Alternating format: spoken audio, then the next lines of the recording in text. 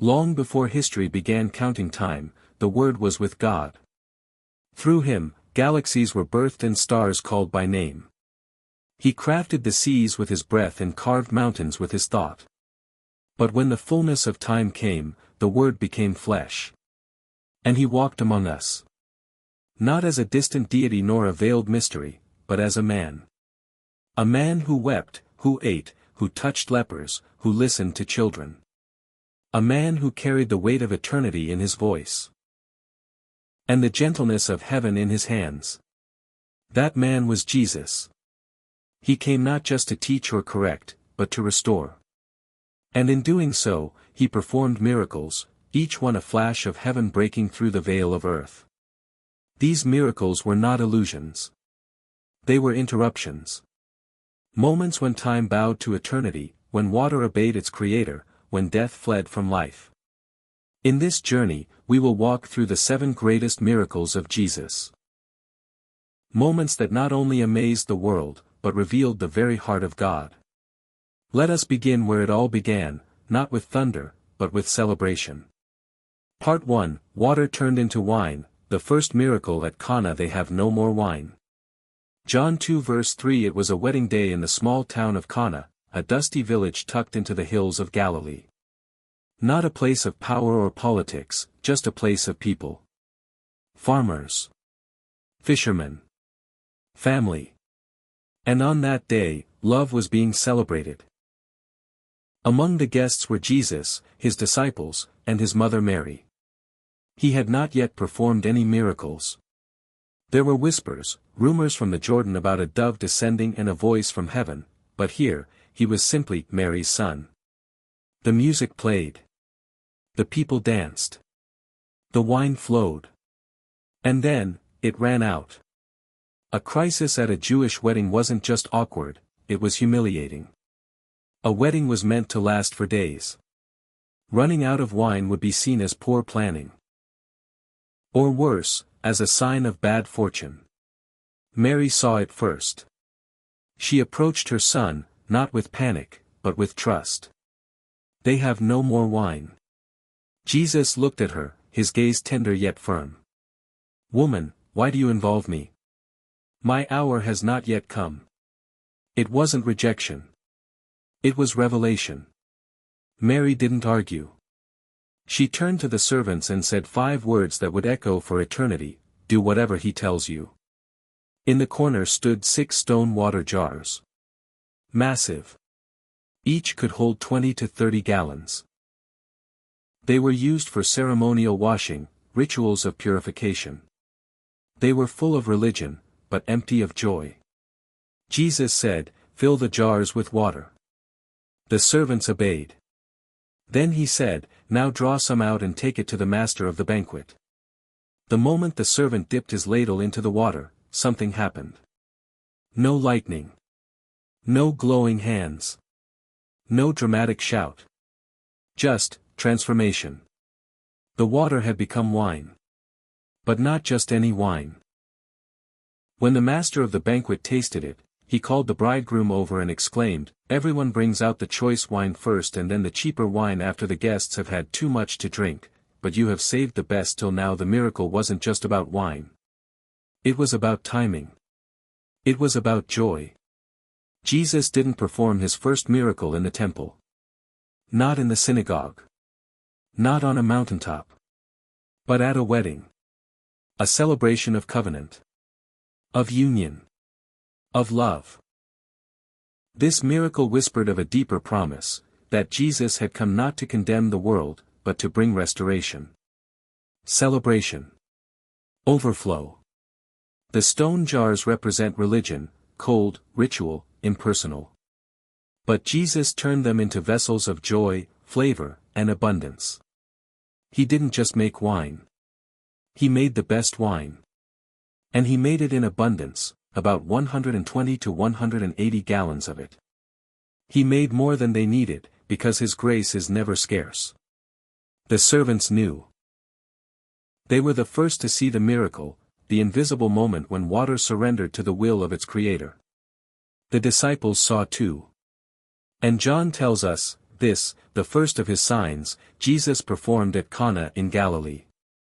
He thus revealed his glory, and his disciples believed in him.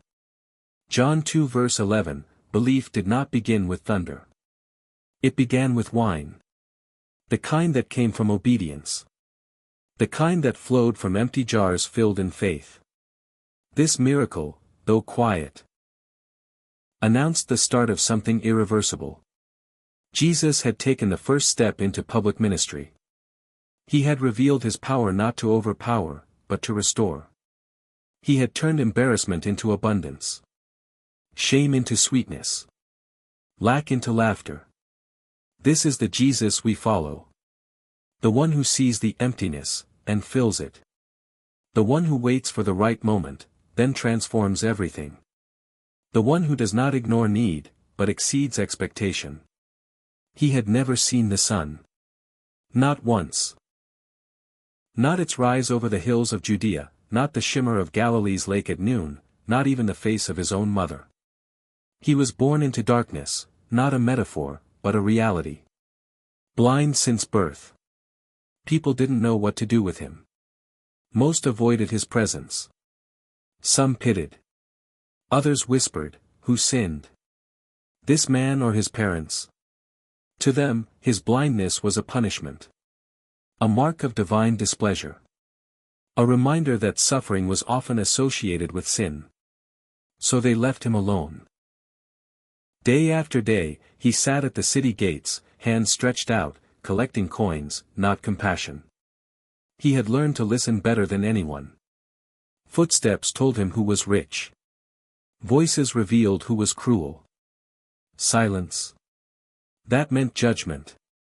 But one day, he heard a different set of footsteps. They stopped near him. Voices murmured, but not in mockery. "Rabbi," one asked, "who sinned, this man or his parents, that he was born blind?" Jesus answered, not with condemnation, but with revelation. Neither this man nor his parents sinned, but this happened so that the works of God might be displayed in him. The blind man froze. That voice, it carried authority, but also kindness. It did not speak about him as if he were invisible. It spoke to him, as if he mattered. Jesus continued, "As long as I am in the world, I am the light of the world." The blind man didn't yet understand. But he felt something stirring. A presence. A pause. Then he heard a sound. Jesus spat on the ground. Strange. And then, gentle fingers began pressing something onto his face, mud. Clay. Formed from dust and divine intent. "Go," Jesus said, "wash in the pool of Siloam." That was all. No promise. No magic words. No lightning in the sky. Just a simple command. So the man went. He stumbled through the familiar streets, guided by memory and instinct, until he reached the waters. He knelt. He washed. And then, light. Not a glimmer. Not a flicker. Flood. Colors exploded into his mind. Sky. Water. Faces. Stones. His reflection. He screamed in joy. Or fear. Or both. He saw. Word spread quickly. A man blind from birth, now walking, seeing, smiling, speaking. Crowds gathered. Questions fired. Some said, "It's him," others, "It only looks like him." But he insisted, "I am the man." "How were your eyes opened?" they asked. He replied with simple wonder, "The man they call Jesus made mud, put it on my eyes, told me to wash, and now I see." But the Pharisees were not celebrating. Because Jesus had healed on the Sabbath. Instead of awe, they responded with interrogation. Who was this man? Why would he break Sabbath law? How dare he work signs and wonders without their permission? They questioned the man again. Again, he told the truth. "I was blind. Now I see." They summoned his parents. Out of fear, they confirmed only his identity, nothing more. So the Pharisees turned to him again, pushing for a different answer. Give glory to God by telling the truth. We know this man is a sinner. But the once blind man stood taller now. His eyes were clear, and so was his faith. Whether he is a sinner or not, I do not know. One thing I do know, I was blind, but now I see. They cursed him. They hurled insults. And then they cast him out of the synagogue, excommunicated him from the very system that had never healed him, only judged him. But Jesus was not done. He sought the man. Found him. Spoke to him. Do you believe in the Son of Man? The man replied, Who is he, sir, that I may believe in him? Jesus said, You have now seen him, in fact, he is the one speaking with you. And the man fell to his knees. Lord, I believe, he said. And he worshipped him. Not because of the miracle, but because of the man. He had received physical sight. But now, he had received spiritual sight. This miracle was never just about physical blindness. It was about perception. Some see with their eyes but are blind in their hearts. Others live in darkness for years, only to be awakened by a single encounter with Christ. This man had lived a lifetime in shadows. But one day, the light of the world passed by. And everything changed. He still does. To the ones who feel forgotten at the gates of life. To those who sit in silence, begging for more than coins, longing for purpose. To those who think they are cursed, punished, invisible. Jesus still bends down, makes mud, and offers healing. Not with spectacle, but with compassion. And when he opens your eyes, he doesn't just show you the world. He shows you himself. The sun had begun to sink behind the Galilean hills, casting a golden hue across the waters. Thousands stood on the grassy slopes, their eyes locked on one man. Jesus. They had followed him from towns, from villages, from farms and fishing boats, not for comfort, but for hope. His words were not like those of the teachers of the law. They pierced deeper. He didn't just explain God, he embodied him. For hours, he spoke. He healed the sick, touched the broken, comforted the outcast. But now, the day was ending, and the people were growing hungry. 5,000 men. Not counting women and children. A crowd so large it looked like a sea of human longing, swelling with need. The disciples grew anxious. They approached Jesus and said, This is a remote place, and it's already late. Send the crowds away so they can go to the villages and buy themselves food. But Jesus looked at them and replied, You give them something to eat. The disciples stared at him in disbelief. Feed this crowd? With what? Philip spoke first. It would take more than half a year's wages to buy enough bread for each one to have a bite. But Andrew, Peter's brother, had been scanning the crowd. He found a boy. A boy with a small lunch, 5 barley loaves and 2 small fish. He brought the child forward and said, Here is a boy with 5 small loaves and 2 fish, but how far will they go among so many? Jesus smiled. It wasn't much. But it was enough. Because Jesus never asks for what we don't have. He simply asks us to offer what we do. Jesus instructed the people to sit down on the grass, in groups, as if preparing for a feast. He took the bread. Looked up to heaven. Gave thanks. Then he broke it. And kept breaking. And breaking. And breaking. The disciples passed baskets. The food flowed like a river that never dried. Fish multiplied in their hands. Bread rose like a tide of grace. The crowd watched in wonder as baskets went from person to person, and no one was left behind. They didn't just nibble. They didn't just survive. They ate. They were satisfied. When everyone had finished, Jesus told his disciples, Gather the pieces that are left over. Let nothing be wasted. So they did. And they collected 12 baskets full. 12 baskets, from 5 loaves and 2 fish. It was more than just a miracle of provision. It was a miracle of abundance. A message that with Jesus, there is always more. More grace. More healing. More hope. More than we ask. More than we imagine.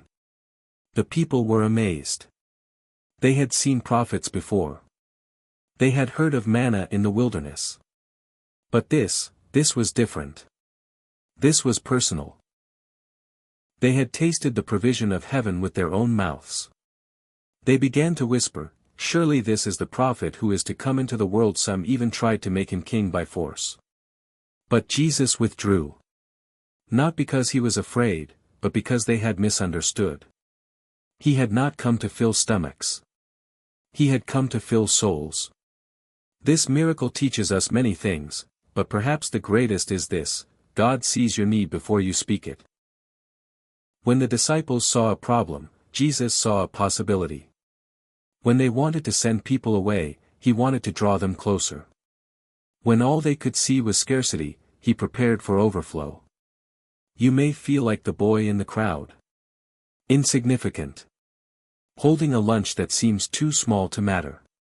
But when you place what you have in Jesus' hands, no matter how meager, he multiplies it. He breaks it. He blesses it. He feeds the masses with it. And when the miracle is over, there's more left than when you began.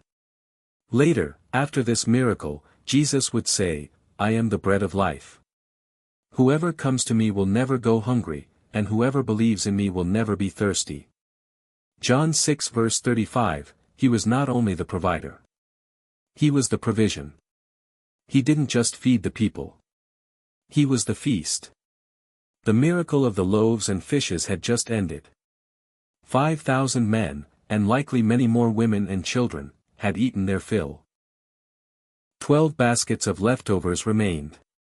The people were buzzing with awe, whispering among themselves, "This must be the prophet. This must be the Messiah." But Jesus knew their hearts. They wanted a king who fed them, not a savior who would die for them.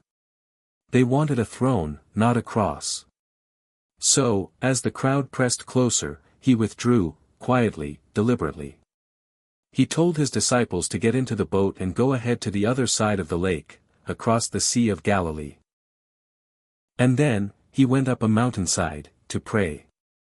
As the sun disappeared and night fell, Jesus stood alone with his Father, while his disciples rowed into the deep. The Sea of Galilee could be unpredictable. Winds could come without warning, tearing across the lake, turning calm waters into chaos. That night, it happened. The disciples, tired, confused, likely still reeling from what they had witnessed that day, found themselves in a storm. The waves rose. The wind howled. The boat tossed and turned like a leaf in a whirlwind. They were miles from shore. And Jesus was not with them. All night they struggled. All night they rowed. All night they wondered, why did he send us into this storm? It was around 3 a.m., what the ancients called the fourth watch of the night. The darkest part of night. The most hopeless hour. And that's when they saw him. At first, they thought it was a ghost. A figure, walking on the water. Not swimming. Not floating. Walking. Toward them. Through the storm. On the waves. Terror gripped them. These were fishermen, men who had grown up on this sea. But nothing in their experience prepared them for this. They screamed. But over the wind came a voice, "Take courage. It is I. Do not be afraid." 3 phrases. Enough to calm 1,000 storms. Take courage, not because the storm is gone, but because he is near. It is I. The same voice that spoke from the burning bush to Moses, now walking on water to reach them.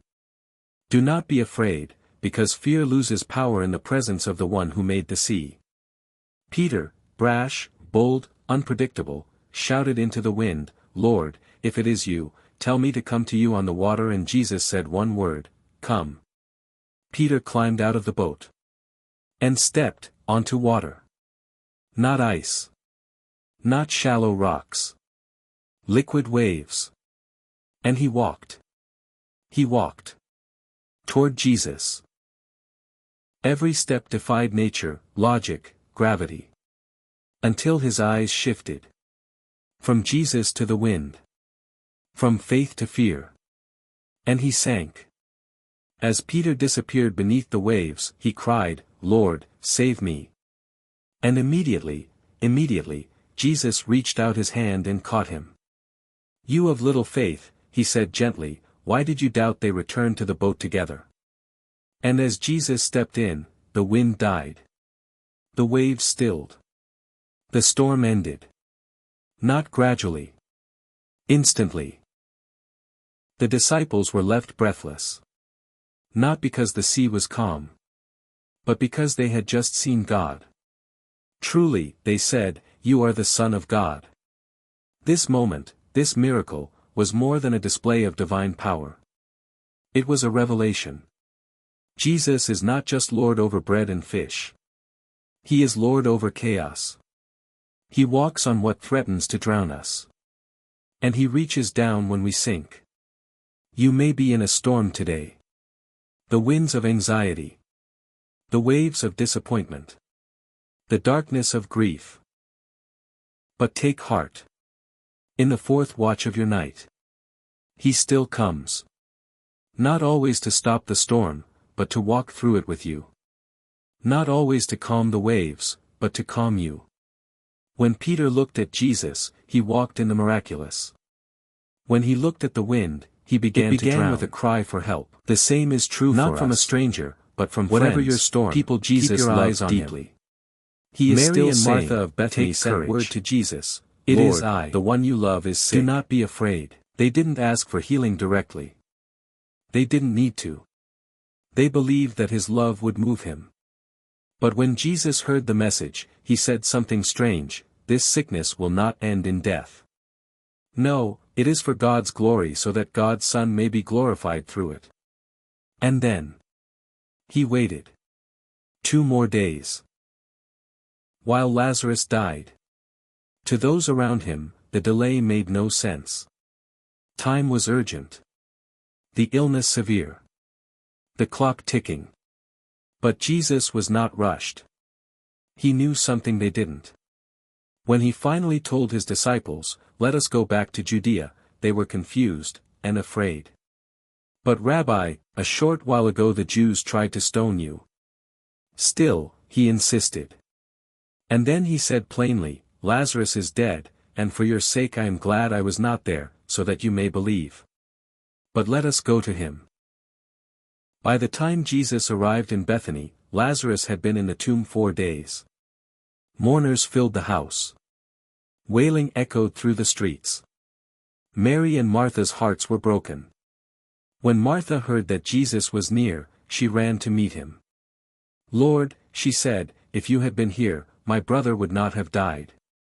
It wasn't an accusation. It was heartbreak wrapped in faith.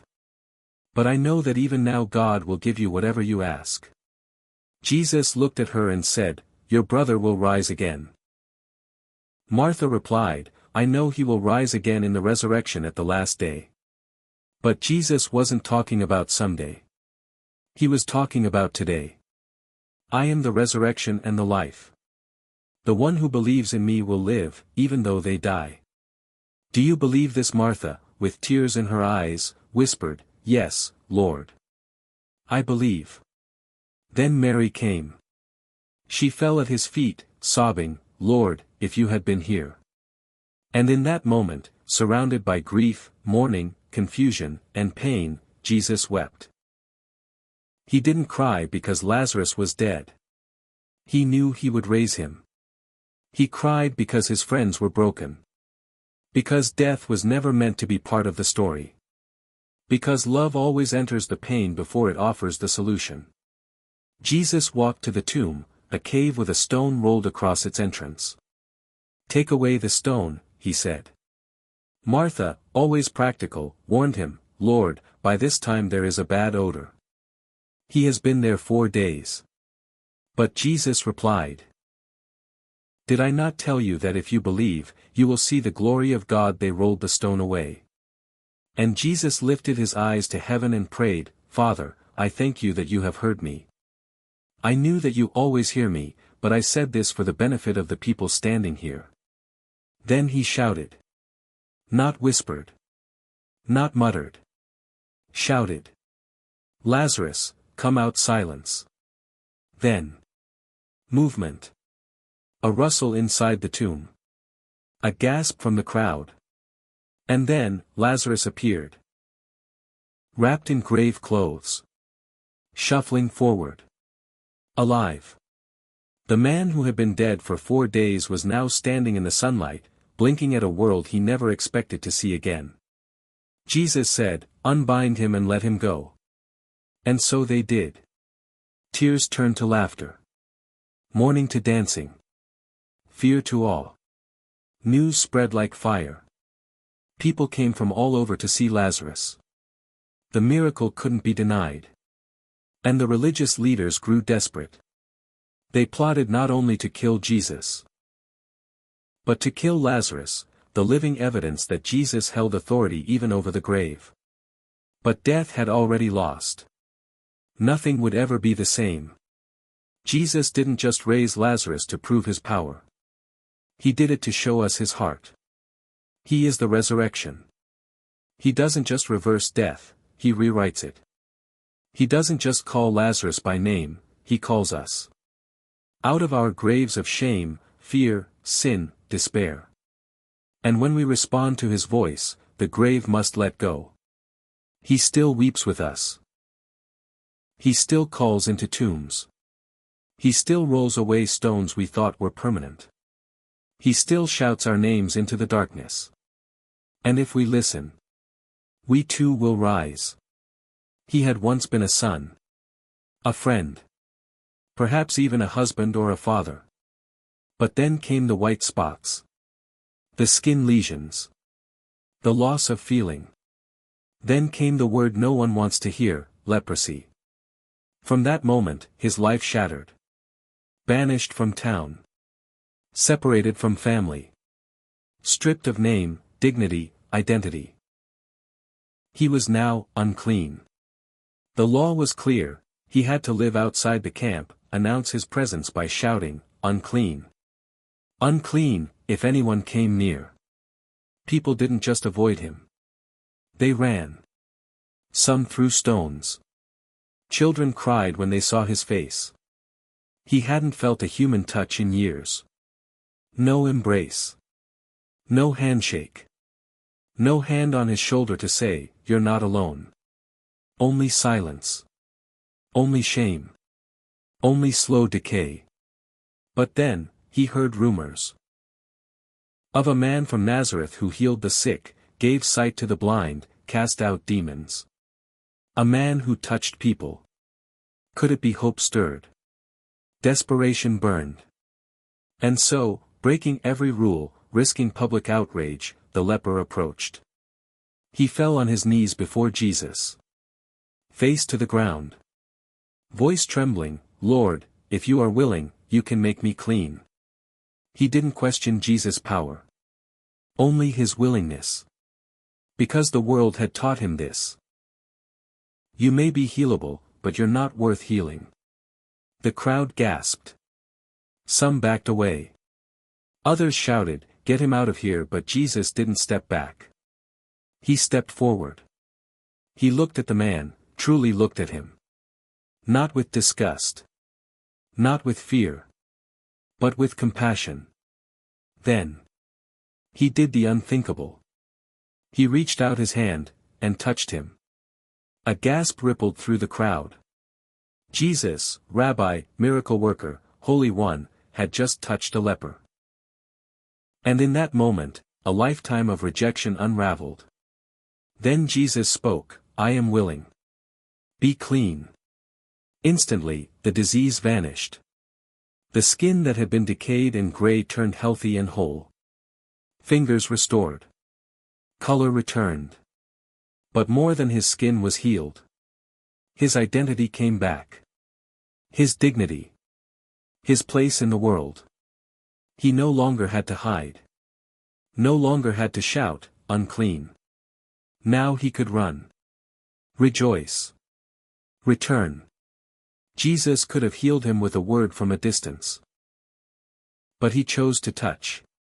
Because the healing wasn't just physical. It was emotional. Social. Spiritual. The world said, stay away. Jesus said, come close. The world said, you're untouchable. Jesus said, let me touch you. After healing the man, Jesus told him, go, show yourself to the priest and offer the sacrifices that Moses commanded. Why? Because healing alone wasn't enough. The man needed restoration, back into community, back into the temple, back into life. Jesus wasn't just defying the law. He was fulfilling it. Not by excluding, but by redeeming. We may not carry visible leprosy. But we all carry things that make us feel untouchable. Shame. Sin. Addiction. Fear. We whisper, if they knew me, they'd reject me. We wonder, would God still want me if he saw all of me? But Jesus already sees you. And he still reaches. He still touches. He still says, I am willing. The miracle of the leper reminds us. God does not heal from a distance. He steps into our mess. He touches the infected parts of our lives. He reclaims the pieces of us we thought were too far gone. He calls us back to community. Back to purpose.